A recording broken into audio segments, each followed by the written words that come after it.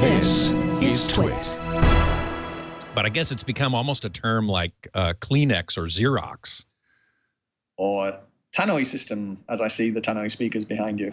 Ah, yes, yes. In England, is it true that speakers are often called tannoys? Not speakers, but public announcement type speakers in railway systems or railway yards and whatever. It's the tannoy.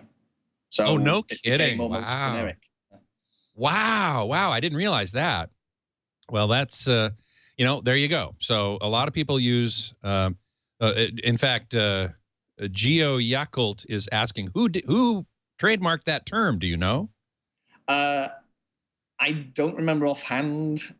We did the research, and it's somebody who's not actually using it themselves. I guess they have intention to, but they still own it. And you know, I guess maybe we could have gone to them and say, "Look, do you really want to keep using it?" Or petition to say it's not being used, therefore it's not valid. But we thought it's not worth it. Let's just call it a speaker bar. It has just as much, although it's not as generic, it has just as much meaning as soundbar. It's a speaker. So yeah. Well, that leads me to my next question, which is, what was your design philosophy behind this? First of all, why make a speaker bar at all with that market being pretty crowded as it is? The market is crowded, but mostly at the lower price points. And as I said earlier, most are kind of TV bars. You know, in the old days, we had the big rear projection TVs. I know them well because the Pioneer factory out in Chino used to build them. And you'd got room for decent speakers in there. Then as TVs got thinner and thinner and thinner, so did the sound. So did the sound, yes. Seemed quite literal, really.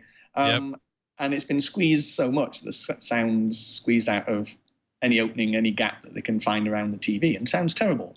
So therefore, there was a need to get better sound from the TV.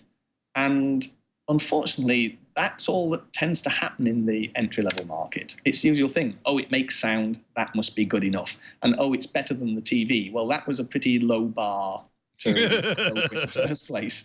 Speaking of bars, yes. Speaking of bars, yes. So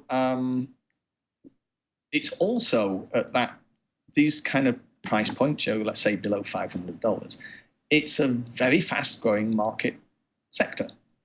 And I think partly because, yes, we make receivers and obviously we make speakers to do multi-channel systems, but it gets complicated. And a lot of people at the low price points don't want that complication.